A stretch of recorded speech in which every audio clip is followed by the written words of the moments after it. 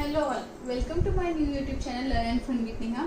सी हम लोगों ने लास्ट वीडियो में एक केस लॉ डिस्कस किया था, that is Salomon versus Salomon company limited, जो एक हिस्टोरिकल जजमेंट था। केस लॉ का कंक्लूजन क्या था कि that the company and the members both are different in the eyes of law. इसका मतलब कंपनी का अपना अलग एग्जिस्टेंस है और मेंबर्स का अपना। कंपनी खुद के एक्ट्स के लिए खुद ही रिस्पॉन्सिबल है, मेंबर्स रिस्पॉन्सिबल है क्या? नहीं। सारे राइट्स एंड लायबिलिटीज किसके साथ वेस्टेड है? कंपनी के साथ ही है। सी उस केस लॉ को, मतलब उस पर्टिकुलर स्टेटमेंट को, देयर इज एन एक्सेप्शन। क्या है वो? डॉक्ट्रिन ऑफ लिफ्टिंग ऑफ और पियर्सिंग ऑफ कॉर्पोरेट वेल्थ। सी आज हम ये न्यू प्रिंसिपल पढ़ने वाले हैं। आपको सिर्फ इसमें बेसिकली ये समझना है कि इस प्रिंसिपल का मतलब क्या है। जैसे हमने देखा कि कंपनी मेंबर्स दोनों अलग है, कंपनी खुद के एक्ट्स के लिए खुद रिस्पॉन्सिबल है, लेकिन अकॉर्डिंग टू दिस डॉक्ट्रिन कौन लायबल रहेगा? इफ अगर कुछ मिस हैपनिंग होता है तो उसके लिए कंपनी लायबल रहेगी क्या? नहीं।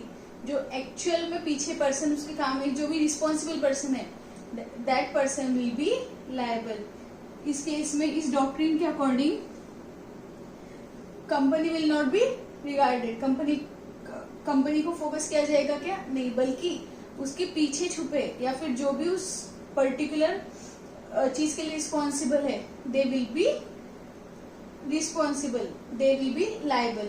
सो इसीलिए this is also very important. Doctrine of lifting of और piercing of corporate wealth. See ऐसा किस केसेस में होगा कि जहाँ पे काम कंपनी के नाम पर हो रहा है but company will not be held liable, but जो वो पीछे से कर रहा है they will be held liable. ये शॉर्ट कंसेप्ट है लिफ्टिंग ऑफ कॉर्पोरेट वेल्थ। इसके अंदर मतलब कंपनी रिस्पॉन्सिबल रहेगी क्या? नहीं, बल्कि उसके पीछे के लोग विल बी रिस्पॉन्सिबल। सी इसलिए दो वे में हो सकता है, दो केसेस में उठा सकती है corporate wealth. That first is statutory recognition. अगर एक्ट के अंदर कंपनी ने कुछ ऐसा किया जो कंपनी बाइंडिंग है, हम लोगों ने देखा था लिमिटेशन ऑफ कंपनीज, एमओए के अकॉर्डिंग कंपनी को काम करना है। अगर उसको उसके बियॉन्ड जाकर काम करना है तो it has to firstly alter MOA, उसके बाद वो कर सकती है।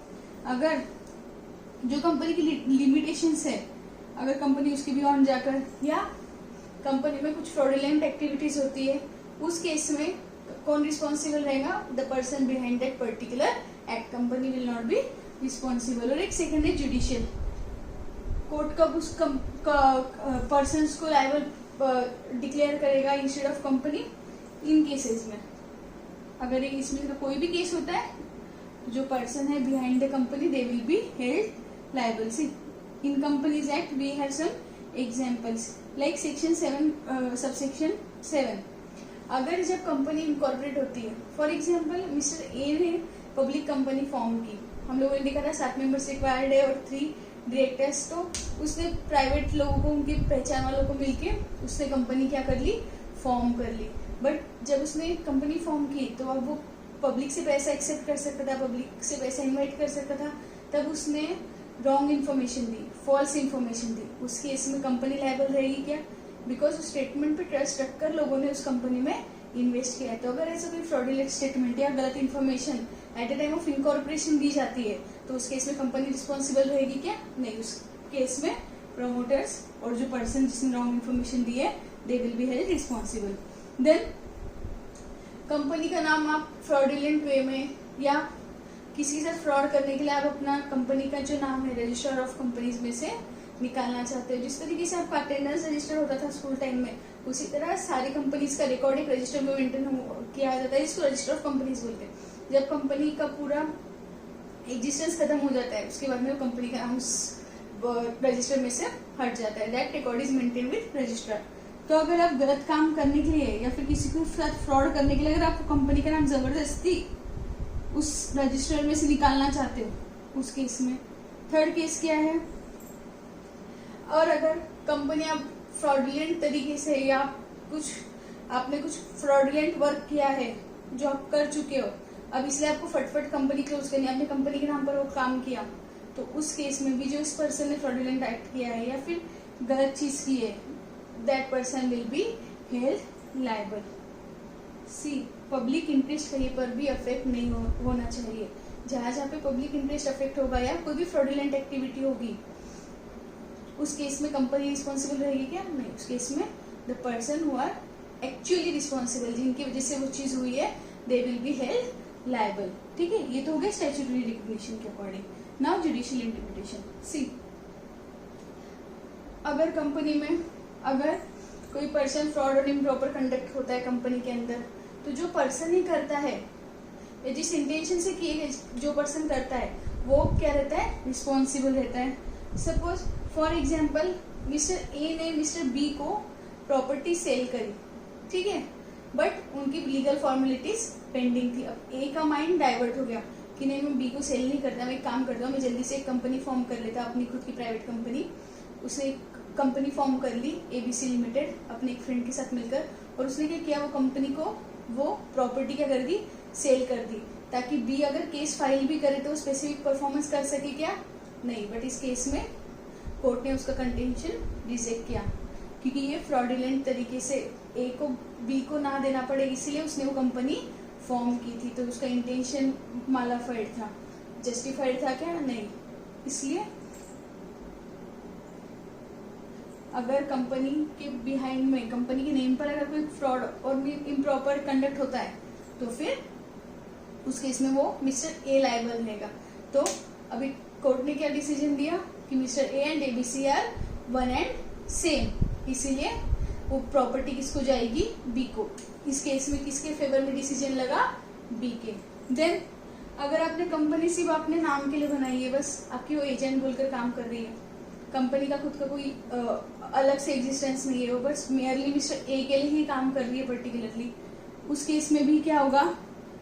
मिस्टर ए लायबल रहेंगे।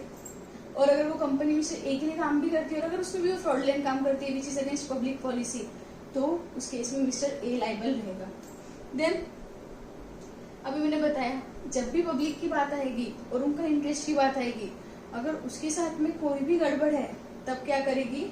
ये आपकी कॉर्पोरेट बिल उठ जाएगी। इसलिए फिर any act which is in conflict with the public policy, वो भी नॉट अलाउड है।